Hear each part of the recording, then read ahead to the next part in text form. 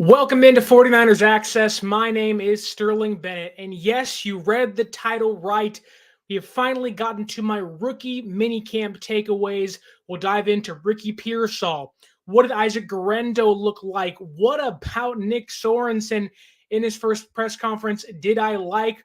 What did I not like? What is his relationship with Brandon Staley? And much, much more. So stay tuned for that. Want to ask you to kindly hit that like button, share, and subscribe. And if you're listening on the audio platforms, leave a review. But before we dive into rookie minicamp that happened last Friday, I want to apologize for the backdrop of the podcast on YouTube, Facebook, or X. I'm currently in the midst of moving, and if things sound more hollow, it's because my room is practically empty. I'm moving from the Bay to Southern California this weekend. So again, it might be a little bare bones and dry, but again, thank you for joining the show. And let's dive into the news that happened this morning before we get to my rookie minicamp takeaways. We have learned with the NFL schedule release happening tomorrow at 5 p.m. that the San Francisco 49ers will kick off the 2024 regular season by hosting the New York Jets on ESPN's Monday Night Football. It'll be Shanahan versus Saleh, Purdy versus Rodgers under the bright lights of a Levi Stadium. Week 1 of the NFL season. I couldn't think of a better way to kick off things for the San Francisco 49ers other than having Aaron Rodgers come back to Levi Stadium, where I believe he's 0-4 in the playoffs. So a really, really fun matchup week 1. Rodgers recovering from the Achilles injury last year. He suffered week 1, so a 1-year anniversary for him. Gets to come back and play the team that's haunted him the most. That is the San Francisco 49ers. I want to say what's up to Bobo in the chat. What's going on, Bobo? If you have any questions, leave them in the chat. I promise I will get to them when it comes to the rookies. San Francisco also did sign 2 players in the past 2 days. The first one this morning was offensive tackle Chris Hubbard. Now, Hubbard's 33 years old. He's a veteran player. I think he's going into his 11th year in the NFL. He's 6'4", almost 300 pounds at 295. He's a swing tackle. If you've known me the past 2 seasons, and I'm sure like yourself as well, I've said San Francisco needs to improve the swing tackle position. And I was someone who believed that whether it was via the draft or in free agency, they should have leaned into signing somebody. And of course, you get 1 week into the offseason program, and they have signed another swing tackle. Now they're going to go into the year with, I believe, Trent Williams, Colton McKivitz, Brandon Parker, Jalen Moore, and now Chris Hubbard. And I wrote an article that was yet to be released that said this team needed to sign an offensive tackle, and they do yesterday, or this morning, excuse me. Hubbard last year for Tennessee, 10 games played, a 69 straight across the board PFF grade, 18 pressures and 4 sacks allowed. Now, he's much better in pass protection than he is a run defender, but certainly an intriguing bench option in case McKivitz or Trent Williams happen to go down, and a pretty interesting, OTA and training camp body that could fight for a depth position on the roster. But it didn't stop there for San Francisco because, and this gets us into our rookie minicamp takeaways, right? Let's dive into, I guess, in a way, rookie camp last Friday. San Francisco had 23 invited players to try out for that team, whether they be UDFAs, whether they're veterans that don't have a spot in the roster somewhere. I think Jabril Cox tried out last week on Friday. He didn't make the team, obviously, but San Francisco did sign defensive lineman Shaquille Brown, who was at Troy 2 years ago. He spent last season on IR with Tennessee, so the Niners signed 2 former Titans in the last 2 days. But he tried out on Friday during minicamp and played good enough or looked well enough to make the team, or at least sign to the 90-man roster. He also has ties to San Francisco, being a top 30 visit 2 years ago in 2023 prior to the draft. So San Francisco has liked Shaquille Brown for the last 2 years and finally get him in the building for them. And he's now healthy enough to make the roster. I think you look at how this team wants to build trenches out, right? Go sign an offensive lineman, go sign an interior defensive lineman, a place where this roster kind of didn't have a lot of depth at it. And I think it makes a lot of sense to improve those two positions. Want to say what's up to Off Hamster Wheel in the comments. And also Niner Gang 209 says, what's up, Sterling? Hope all is well. All is well, Niner Gang. I am moving, though, so the content might slow down a little bit, but we're trying to get things out for you in the midst of the move. But the Shaquille Brown signing brings us to day one, Niners rookie camp last Friday. And I was there. I saw training camp, or I guess I saw practice. I was in a Nick Sorensen meeting. I saw Jacob Cowing talk. Dominic Puni and Tatum Bethune all talked to the media. I was there. And I think the biggest takeaways, at least in regards to press conferences, came from Nick Sorensen. When you go from DeMeco Ryans to Steve Wilks, who then gets fired, to Nick Sorensen, a lot of people were asking, how is he going to fit in? And is he going to pass the vibe check, right? And I think there was a handful of comments he made that instantly felt like a reversion back to the Saleh, DeMeco Ryans style of football. And I think one of the main quotes I took away was Nick Sorensen, when asked how he wants his defense to play, he said he wants them to play with speed, violence, and finish in 2024. And he even mentioned the old DeMeco Ryans motto of swarm. So, yes, there is a reversion back to the old scheme when it was Saleh and DeMeco Ryans, but there also is kind of a carryover effect of we're not just taking over the scheme, we're taking over the mindset of speed, violence, finish, and swarm. And I think listening to his exact quote on the question was, we've got some young guys in the mix with some veteran guys we're really excited about. As far as changing things, we're going to be aggressive and do what we do, be an attacking defense. I think Steve Wilks last year, he kind of didn't know when to pick his spots. Sometimes he was overly aggressive in the wrong areas, mainly against Minnesota and more importantly against Kansas City in the Super Bowl.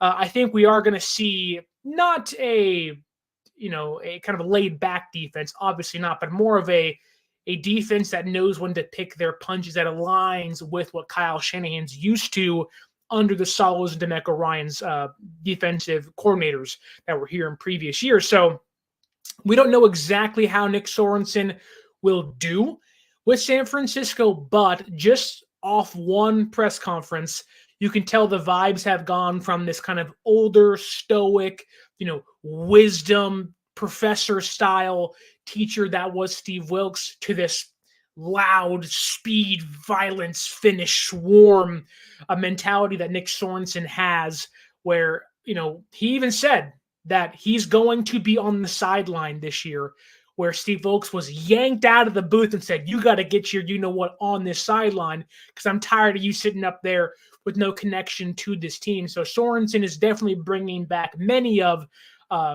the familiarity that Saleh and DeMeco Ryans had the past few seasons prior to Steve Wilks.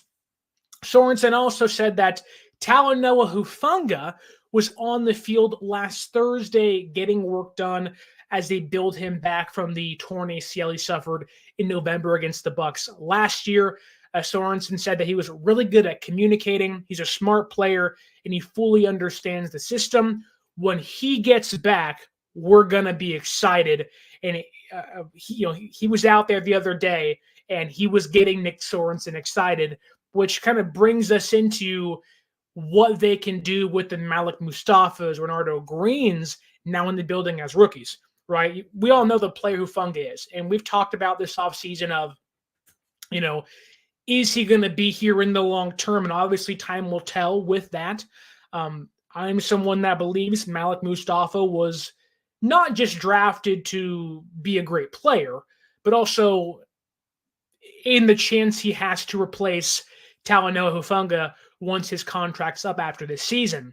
That said, you can tell there is this wonder, this excitement of if we can get Jair Brown and Mustafa and Hufanga on the field together in three safety sets, like we're going to have three playmakers, three really good, violent, speedy, and finishing style of safeties on the field altogether.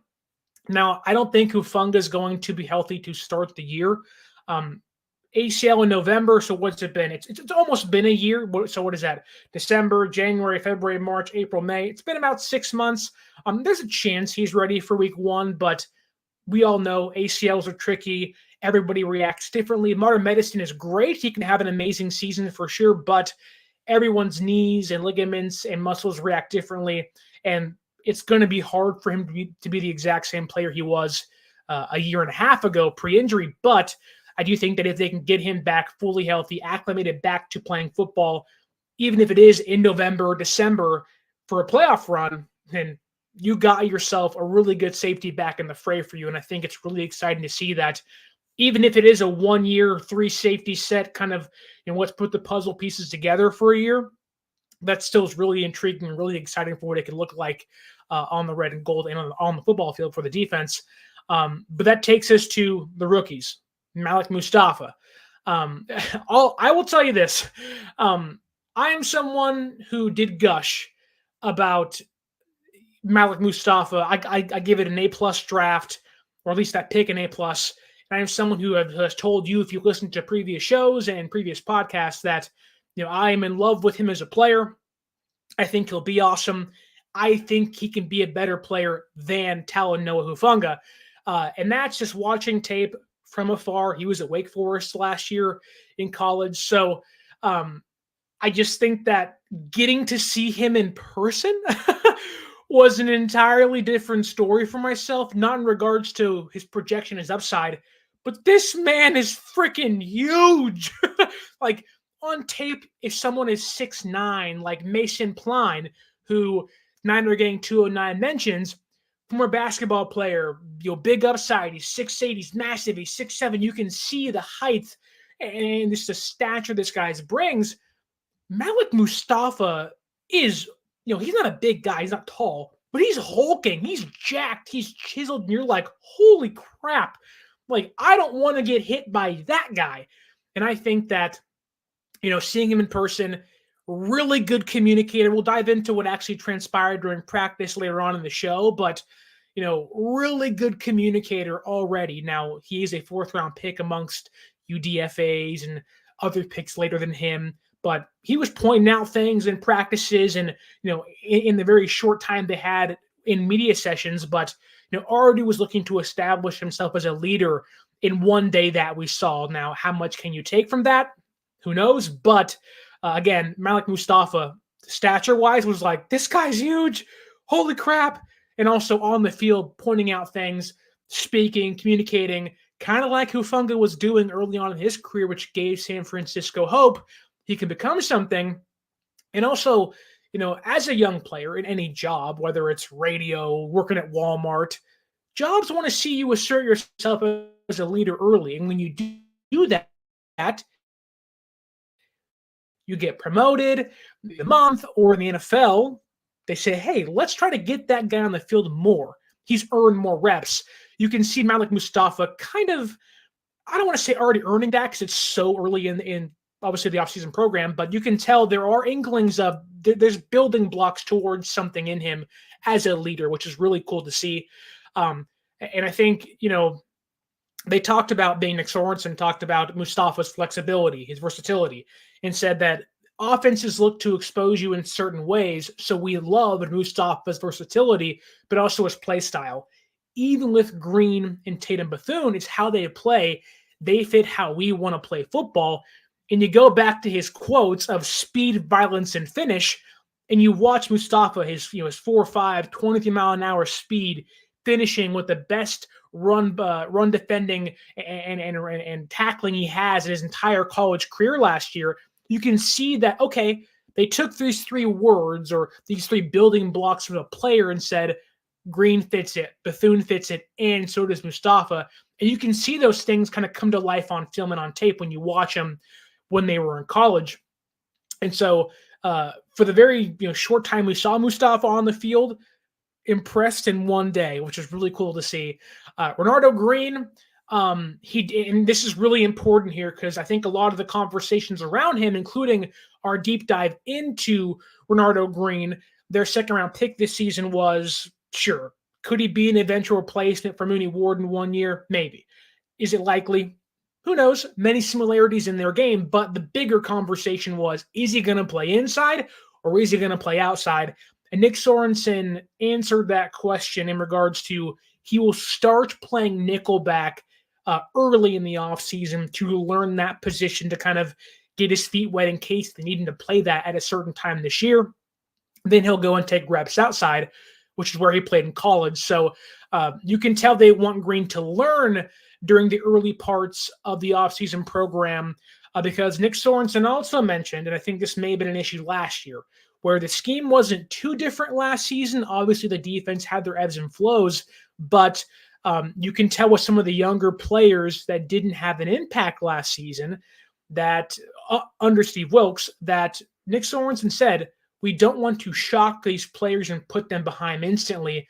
Hence why Green is learning to play nickelback in the NFL early on in the offseason program. So come OTAs later this month, come training camp, come preseason, come regular season, he's not like, I've never played this before, and is like, what's going on, you know? So I think it's really smart. Get his feet wet now.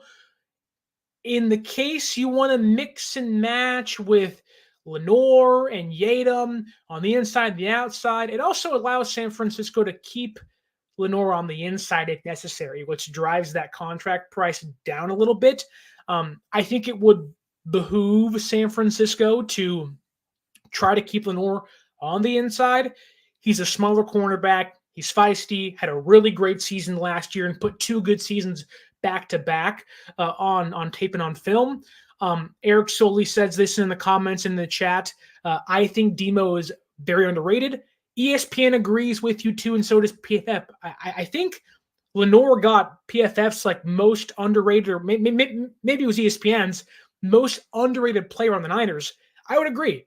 I think he isn't a big name yet, but what he does, he's dirty, he's grimy, he wants to get his hands filthy, he tackles, and it pays in a division that has Cooper Kupp, JSN, Lockett. The Cardinals are building their offense up that you want to have someone like Lenoir playing on the inside for you.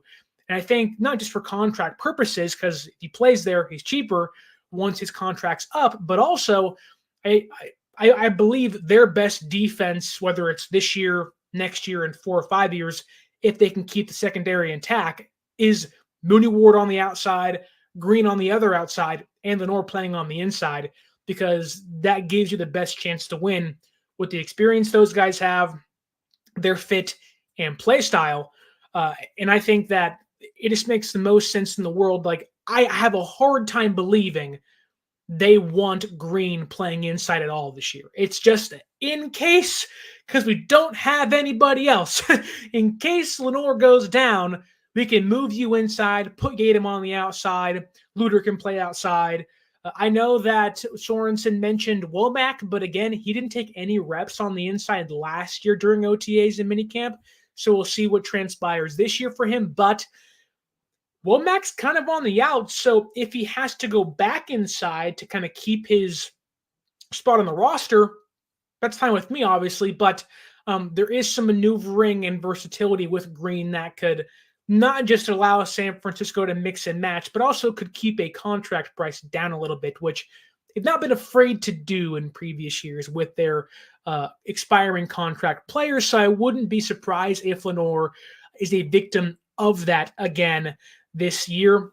That brings us to Brandon Staley's role. I was someone that during the offseason, pre-free agency, because San Francisco plays into the Super Bowl, fires Wilks the next week, I believe. Maybe it was 2 weeks after that.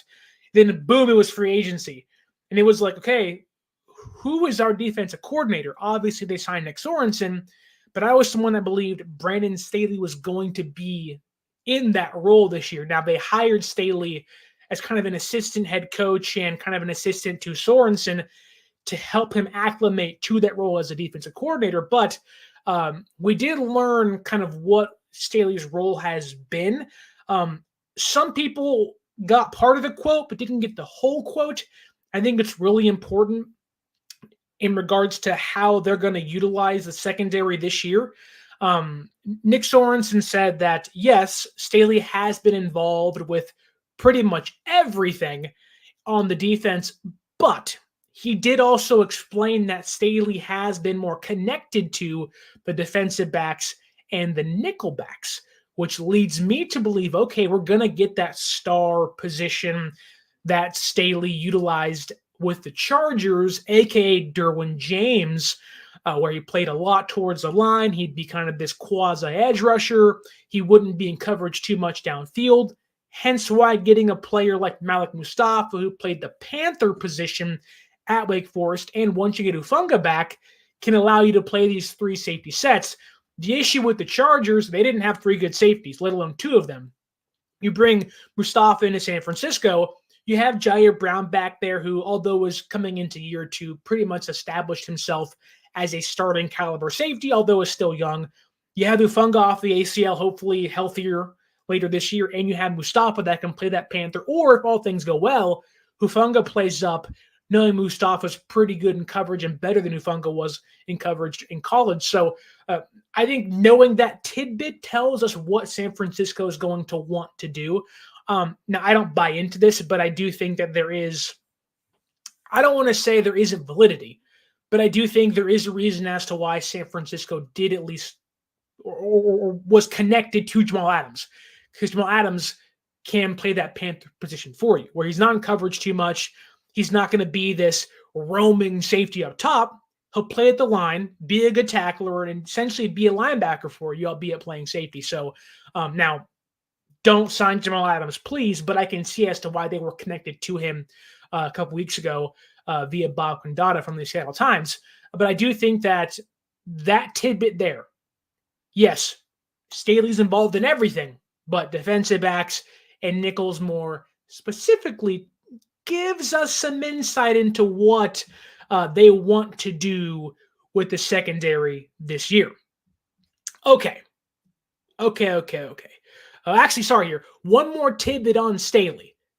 We don't know where he's going to be on game day. He could be in the booth. He could be on the field. I am someone who I think it would benefit him to be in the booth to see things up top. I also think there could be a clashing of, who's actually defensive coordinator on the team.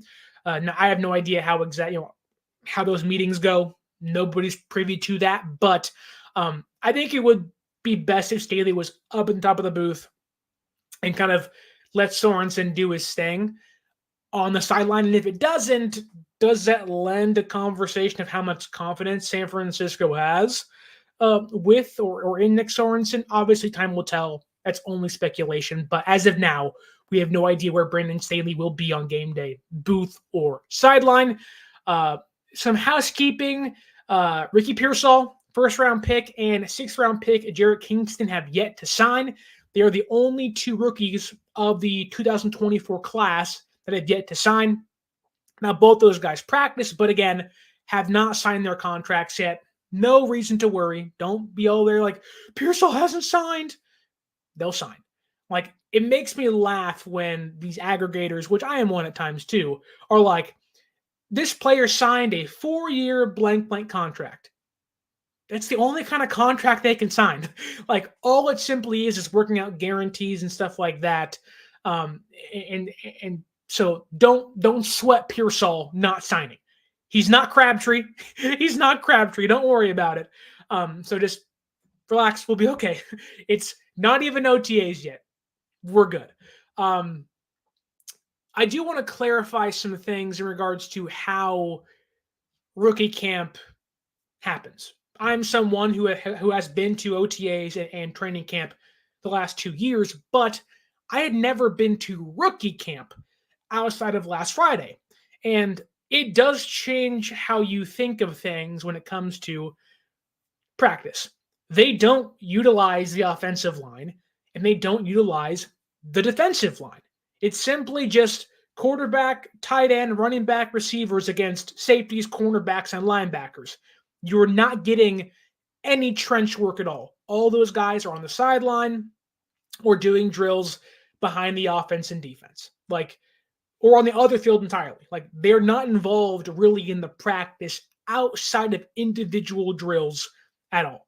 So you really have a hard time talking about coverages and, pressure on a quarterback, accurate throws. It's not like in training camp or a preseason game where guys are going at it at times. And even then in training camp, context matters. And sometimes someone can be standing behind the offense or has a different POV at the practice field where they see something different than I would or they would, right? So that was new to me. That said, you can take literally nothing away from Dominic Puni, Jared Kingston, or even Evan Anderson. You can't take anything away from those guys other than they're big, they're strong, they move well against a pad. So essentially it was like an extended combine for those players. That said, we did at least hear from Dominic Puni after practice, and Puni did say this. Now, is he being truthful? Who knows? Maybe he's kind of just, this is my quarterback now, so I like him. But he did say this about Brock Purdy. I love Brock Purdy. The fact that he was a last pick in the draft to where he is now, it's a crazy story. I don't think you could write that. When the other two quarterbacks went down, he came in and won. And I said, watch him cook. All that to say, Dominic Puni is very eager to block for Brock Purdy. Now, Puni obviously has to earn a starting job, but you can tell, and I think through the one press conference he has had with the media live in person, not via Zoom post his actual draft selection, fans and the team is going to really like Dominic Puni. I think he has a great personality, energetic, he's fun. He even asked the PR team, can I curse in these things? So I do think they got themselves someone that fits in that locker room. He wants to learn, and he understands why he's there, because they asked him why the Niners favor athletic offensive linemen like himself, which again, San Francisco drafted 2 of the 5 linemen in this class that finished with the top 5 shuttle time and a top 5 3-cone. So they love themselves the athletic offensive linemen. Puni said they like to go out and run in space. They don't want these 340-pound linemen that can't move. You have athletes on this team all over the field. You have to go block for them and run with them. And we've seen that since Shanahan's gotten here, right? You've seen receivers and tight ends and running backs, even quarterbacks at times, getting downfield, but he very much prioritizes getting, I know people hate this player or dislike him a lot, but McGlinchey as a run blocker would get out there and he'd lead the way. Trent Williams would lead the way. Aaron Banks leads the way. So I think, they got a guy that understands his role and understands why he's on the team. They also asked him about having a finisher's mentality. We've seen Trent Williams just run through the defensive players and shove them to the ground, and we go, that's nastiness. Dominic Puni understands that you have to have a finisher's mentality on a Niners offensive line, and he said, you have to. The game is won up front. If the receivers and tight ends see you playing soft, it affects them too. We, being the offensive line, set the tone. Physicality, hard-nosed football, run the ball. I like to do those things. So you totally understand, at least via the mouth of Dominic Puni himself, why the Niners wanted to get him in the building. They simply just said, man, this guy understands what his role is, what we like, and knows what we expect from a player on our offensive line. And again, there wasn't much to take away from that at training camp. They're playing against pads, but I'm very eager to see, if that translates from a media press conference to on the field for Dominic Puni. But other than that, I think fans will love at least him as the person. He's fun, energetic, and he looks really excited to play football. And I can't wait to see him put the pads on for the first time in training camp later this offseason program, because it's going to be fun. Because I told you before, I can see him being a starter this year, and I really believe that if he understands his role off the field, all you got to do is prove it on the field. Now, it's easier said than done, but I do think that Puni can do that this year for the 49ers. Let's dive into some questions before we dive into actually what happened on the practice field. Dumpster Fire Dan, first off, great name. Did Pearsall look as big as he did in the videos? Looks like he added muscle. Pearsall looked bigger than I expected, but to be fair, I have not seen him in person other than last Friday. He's not a big, massive receiver. It's not Jawan Jennings. He's not as big as Brandon Ayuk in regards to the muscle or Debo, obviously. But I will say this, he's much thicker than Danny Gray and Dante Pettis ever were. If you have any of those concerns, I don't think you're going to have to worry about his body holding up or if he can hang physically with some of the defensive backs, unless there is a bigger bodied one. But I do think that, Pearsall, he's not a frail child, right? He's not this skinny twig. He has some muscle to him that I think will allow him to hold up. And then once he gets, a diet plan in an NFL weight room with a nutritionist and a trainer, he'll get bigger and stronger. And I think we will kind of look at him and go, wow, like you put on strength like Ayuk did in the first couple of years of his career. Dumpster Fire Dan also says San Francisco added offensive line depth today. Yes, they did. Already talked about that early in the show with Chris Hubbard. It makes sense. I like the move. They needed to make the move. So you're right. Nugent could win the center spot per William Roberts.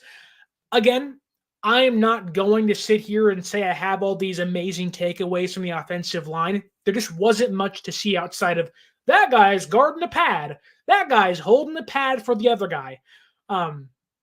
That said, I am someone who believes San Francisco is in a position where the backup center spot is wide open, whether it be Nick Zakelj, whether it be Ben Barch, who I think took center snaps last year, or even Drake Nugent, who I think, as a UDFA, could he win a spot? Sure, it's not like anyone's tied at the backup center spot on this team. A lot of depth positions are open on this team. Once you get past Puni, ain't nobody back there. You're like, gotta have him. So I don't know if he will, but he certainly could win a backup center spot. I think Brendel is stuck in there as a starter unless things go haywire, but I believe that your starting five are probably going to be the same coming into the year unless Puni just plays out of his mind come training camp. Bobo asks us, do you believe we will eventually be a Super Bowl champ under the Kyle Shanahan regime? Because I'm not sure. I know it's been heartbreaking. I know fans have been distraught and sad, and this last February was not fun for many of us, including in 2019 as well. So it's been, a rough go about it, despite how much winning we've done. Do I think we will eventually win a Super Bowl? I do. I truly do. Now, that is maybe the optimist in me, because there also is a pessimistic side that says it's so hard to get back, and we've done it twice and we lost both times. You're just kind of hoping that the next time you go, you don't have to play Mahomes. You're like, we'll play anybody else. You can give us an undefeated Texans, Dolphins, Josh Allen and the Bills, just anybody but Mahomes. And I think that, it just feels like the Niners have been the most successful team of the last 5 seasons outside of Kansas City. And it just so happens they've played Kansas City both times. They've probably been the better team in both those games. So, and this last year was a better example of that, as my dog hacks and heaves up behind me. So I apologize. Off the Hamster Wheel says this, that Kyle's running out of excuses this year. I do think that Niner fans and the grace Kyle Shanahan has, albeit it's a big gap, I think it is wearing a little thin, because once you go twice and you lose twice with many of the same things being the reason you lose, it does just make fans say, we'll never win. This guy can't get over the hump. And I know there's so many Andy Reid comparisons. The last thing you want to be is the team that fires Andy Reid and watches him go get Mahomes. And I think that, I don't think Shanahan's getting fired this year, win or lose, especially lose. I think it would take, a 6-11 season followed by a wild card out, round one. Then it's like, oh crap, you've had 2 bad seasons in a row. Purdy's getting paid and he's not the guy. Like, a lot of things have to happen for that to occur, but maybe it does. Bobo says, I really want to beat Mahomes to prove that we can. I get that. I thought this past year, was the perfect chance to right the wrong. That was 2019 and 2020. That didn't happen. It hurts. It sucks. It stinks. Yes, I want to beat Mahomes. I would like to be able to beat Goliath one day and knock him off the top.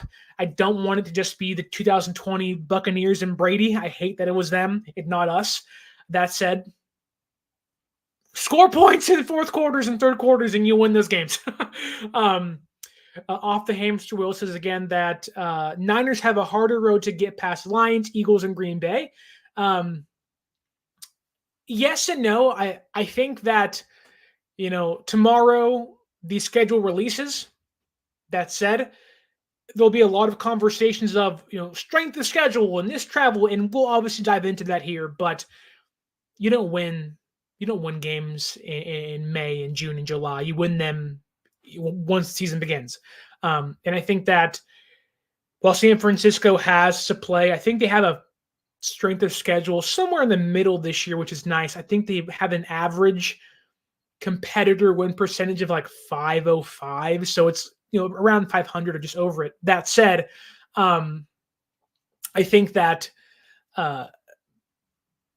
Jared Goff gets hurt this year. Jalen Hurts falls apart again. Green Bay loses a star player. Like, it's not as if the Niners are only, the only team that can suffer injuries and bad games and guys get hurt.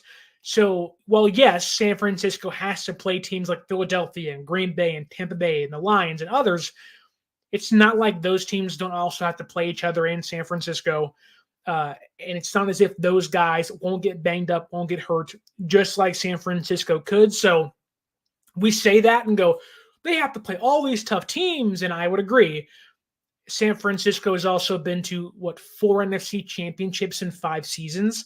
So it's not like every year there hasn't been, they have to play all these teams and the Rams and the Lions, in which they do. It's not like they haven't found themselves in the upper echelon for 5 years now, or for the 5 years. So you're right. Yes, tough teams to play, but it's not like it's impossible. And if anything, they've proven that despite who's put in their way, they usually come out towards the top. Now, you hope to be the final guy and top dog, but that isn't always done. Let's move into actually what transpired during practice, because that's what I care about. What did these rookies look like? What did Pearsall look like? Mason Pline. What did Guerendo look like? Now, I'm going to come out and just be totally transparent here. I didn't give 2 rips about Mitch Davidson and Tanner Mordecai, the quarterbacks. They didn't look good. Mordecai was inaccurate. He has no touch. It was check down Charlie all day long. Now, to be fair, I have no idea what the game plan was, what the coaches wanted to see. All I know was the throws I saw, they were either inaccurate or they were check downs. That's all they were. Nothing excited me. Passes were wobbly. When they weren't wobbly, they were, again, check downs or inaccurate. Anyone telling you, this guy really impressed me at quarterback, there was not much to see. There's no defensive line. It's everyone's dropping in coverage. So you have, 7 guys in coverage, and you're like, I have no defensive line, no protection. There's no, you can't really put guys in motion. It's line 3 guys up, 3 wide, 4 wide, and go crazy, right? So you really can't take away much from the quarterbacks. So we're not really going to talk about them. My clear takeaways that were just abundantly clear was Malik Mustapha, who I already said, was a great communicator and looked massive. And this guy looks like he's, just jacked. He was talking, being a leader on the field. Ricky Pearsall and Jacob Cowling were fielding punts during the earlier portions of practice. Jacob Cowing did drop one. Pearsall did not. Now, again, Cowing did mention in his post-practice press conference that, he's comfortable back there, but it's the first day. Like, how much can you really take away from the first day? These guys have been college football seasons, right into draft preparation, senior bowls, hula bowls, scouting combines, and haven't really played against competition since, I don't know, January. And it's been 4 months, right? So I would give all these guys some leeway on day one. That doesn't mean there wasn't positives and negatives. Again, Pearsall didn't drop a punt. Cowling did. Now, Cowling bounced back and didn't drop one after that, but it's the first day. The first day of school, you had a whole summer off, and you're like, man, my brain just does not work. I will give everybody that leeway. It's day one. You're getting your feet wet, putting your toes back in the pond for the first time. So let's not go crazy and say, this guy stinks and that guy's great. But there was some positives and some negatives. I think, there was some miscommunication in the coverages, which will hopefully go away once a lot of these guys get the reps in. Also, a ton of tryout players who aren't even going to be on the team at any time this year, right? So it's not like I'm looking at and go, Renardo Green messed up here because blah, blah, blah. Like, no. Like, people ran into each other, incomplete passes, there were checkdowns. I will say this, though, that I've already seen complaints that Ricky Pearsall is too busy dancing, not catching the football. Just shut up. just shut up. Like, you can have a little fun. You can dance. They can do their thing like Debo and Ayuk do.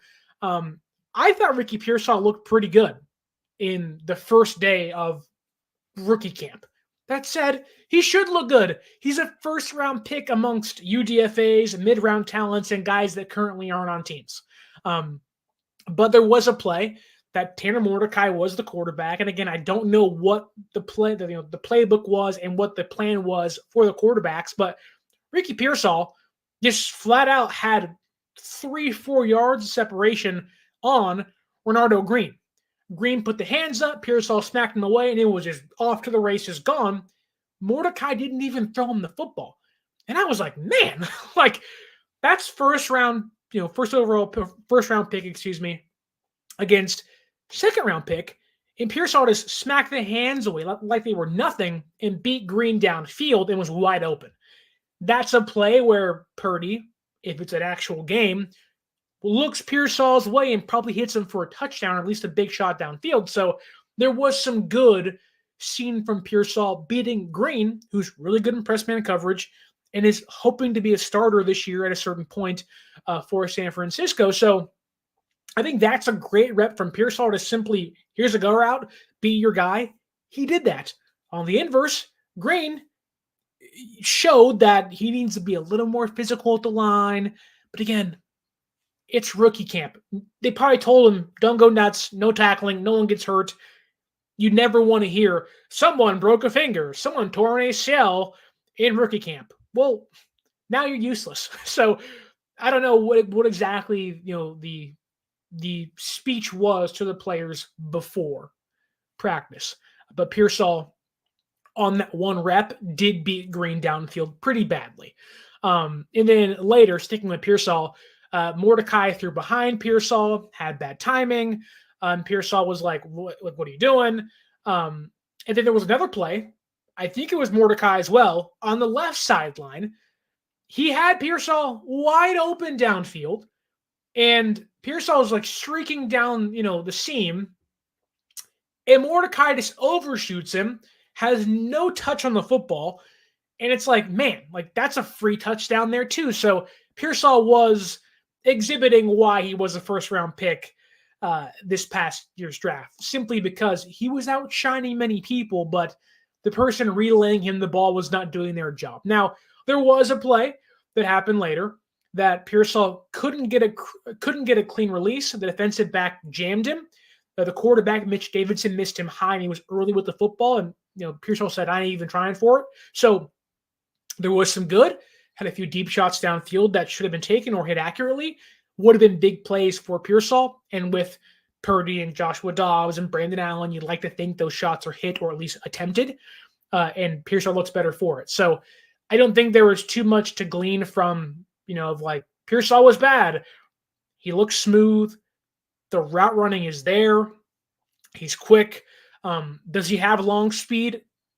Long enough to beat UDFAs and a bunch of mid-round picks. So I think the excitement level should be there for a player like Pearsall, even after one day of practice. And I'm sure fans, once you can go to the practices, you'll see it.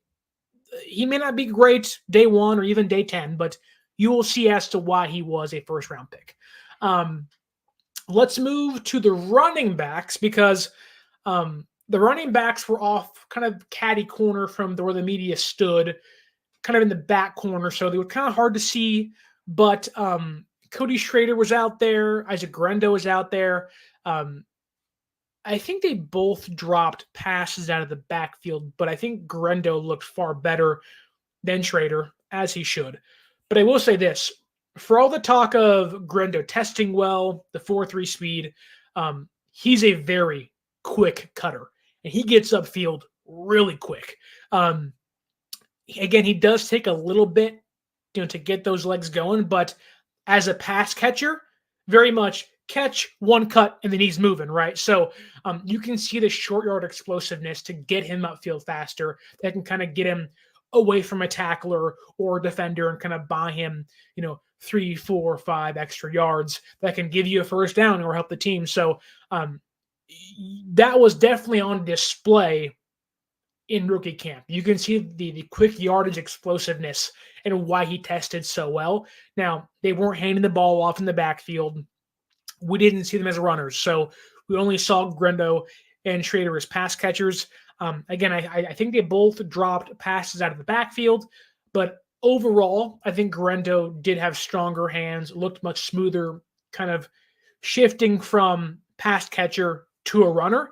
And I think that is an aspect of his game San Francisco will utilize during preseason and once the regular season begins. And it could also separate him from Mitchell and Mason if all things go well. Jacob Cowing did absolutely nothing. He didn't catch a ball. I didn't see him open very much. Now, again, there are certain plays you focus on a player and you just miss things. So I'm not going to say I know it all. I just think Cowing, you muff a punt early and then you don't do anything in practice that shows off your skills. Now, again, I am someone that has said in the pre-draft process, not knowing who they were going to draft, that Jacob Cowing likely isn't going to impress in training camp and in practice, simply because that he works and can be utilized in motion much better than lining him out, in the slot or outside. Like, you put him in motion as a gadget player, you're going to see Cowing's strengths start to kind of be on display. So I wouldn't take too much from that. If someone tells you he struggled, yeah, it wasn't a great day. But I do think that what Cowing's good at, they weren't really doing in camp. That said, I do think, once you get him out there with Debo and Ayuk and Kittle and Juwan Jennings and Danny Gray and Chris Conley and the rest of the guys, you'll start to see what he can actually do. But I was someone who thought Cowing made sense with the Dolphins because they love to use motion. They got Taj Washington and Malik Washington from Virginia and USC, but I can see Cowing kind of being that guy for San Francisco is where, he's lined out in the slot. He's fine. But on end arounds and sweeps and all these things Shanahan likes to do on the backfield and getting him free releases, that's where Cowing kind of comes to life. Whereas in rookie camp day 1, you're not doing any of that stuff because why would you? So I'm not going to knock Cowing at all. He was fine. And I think we will see more of his skills on display once actual practices start and preseason starts. Mason Pline, who 49ers chewing on Aspa earlier, he didn't do much. He's massive. He's a massive man. And I think that, he is someone that doesn't have a great anchor. He needs to build up his strength. He doesn't move very well. He's not clunky, but he's not a very smooth runner. That said, it was a lot of checkdowns, underneath stuff. It wasn't get me over the middle, get me a post route. I think the longest catch may have been to Tay Martin. Maybe it was Pearsall. No, excuse me. It was a ball thrown by Mitch Davidson to Monroe Young down the left sideline on a post route that just wobbled its way all the way to him. And I was like, what the heck was that thing? That's what you're dealing with in rookie camp. It's a bunch of people that don't have jobs for a reason, albeit better than myself. So I don't think Pline did anything that was like, oh, like it was much more of blocking drills and, much more of check downs. He has good hands. Like, I don't think his hands are an issue. Like in my notes, I see him having, let's see, I think I have him one catch, and that's kind of all he was targeted. So like, it doesn't really, like, there wasn't much to take away from him. On defense, though, Tatum Bethune is a massive human. Yeah, that's a big boy. And I think that he'll make the roster. I think he's already better than D. Winters and I'm forgetting his name for whatever reason, Jalen Graham. I think what he brings in coverage, I think there's more consistency in his game where the ceiling isn't very high like D. Winters, but the physicality fits what San Francisco likes a lot more than Jalen Graham. Well, I think both those guys can be good, mind you. I just think that but Bethune just fits that. If he has to play this year, I think he'd be more consistent than what Winters and Graham showed last season. But we'll obviously get an update once OTAs and minicamp come along, in which Nick Sorensen did mention D. Winters, Jalen Graham, and Devondre Campbell as potential third linebackers, second linebackers once Greenlaw comes back, or to start in place of him if he's off the field. But I do think that overall, if I had to, which I hate doing this, but I'll do it for the sake of doing it, if I had to say of the draft class, the best player, probably Pearsall or Guerendo. The worst one was Bernardo Green, but other than he had one, maybe two bad plays. Tariq Owens did beat Green on a slant over the middle. So I know there was that video that I put out of his scouting report, and it was a really bad route, and everyone's kind of clowning him for it. He runs much smoother than that in person. I know that video was a pro day at Levi's. I can see why San Francisco, outside of that one bad route he ran at the pro day, I can see why they did sign him. There is something there, and he runs just like his dad. The hands, the way they move kind of like this when he's running routes, it looks just like Terrell. Now, will he be that good? Probably not. Terrell's a Hall of Famer, but Tariq did beat a second-round pick. I think there is some upside there. That could take a little bit. He's an older prospect, but I think it could take a year or two, get his feet wet. But he also could be a player that once he plays against, Lenore and Yadam and Rocky Sin and other veterans on the team on the outside, that he could actually surprise us. So time will tell with these guys. It's one day. I don't think there's any judgments you can truly make.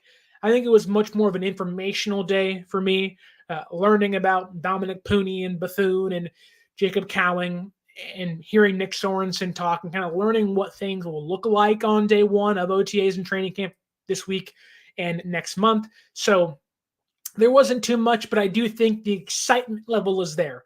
I can't wait to see Pearsall and Cowling and this draft class come together. And I think if Guerendo can stay healthy, my wild take of the draft was Guerendo is the best outside zone runner of the entire draft class. And I do think that, I think fans will see the explosiveness, and I think there will be a lot of talk of whether it happens or not, that why isn't this guy playing? And I think that will be a conversation that Guerendo should play over Mitchell and Mason. He's very, very explosive. And if he can stay healthy and get his legs right and stay on the field, I think there will be a role for him, at least as a pass catcher in the offense, because the hands are there. The ability to go from a catcher to a runner is already there. And I think there isn't much, Guerendo doesn't have many reps, so there is this kind of untapped, unknown potential with him that I think Shanahan is really intrigued with. So I can see them, kind of wanting to give it time to kind of know who he is, but I can also see them being like, we need this guy on the field now. So time will tell. But thank you so much for watching and listening. Again, I apologize for the bare bones backdrop. I'm moving. I'll be in Southern California this Friday and hopefully get the studio all set up for everything. But we will react to the NFL schedule tomorrow night, 5 p.m. Niners already playing the Jets at Levi's. ESPN Monday Night Football, September 9th. I think at 5:20 or 5 o'clock p.m. West Coast time. You can follow us on social media at 49ers_access is the X or Twitter. 49ers.access is the Instagram. And if you want to go to any Niner game this year, if you want to go to the season and home opener against the Jets, tickets are already on sale. Use our promo code 49ersaccess. 49 ERSACCESS at SeatGeek.com and save yourself $20 off your first purchase. Football is almost back. Almost here. OTAs are very soon coming up really quick, and training camp begins sooner than you can expect. If you want to go to any event, use that promo code and save yourself $20 off your first purchase. My name is Sterling Bennett, saying thank you for watching, listening, liking, sharing, and subscribing. And until next time, stay faithful.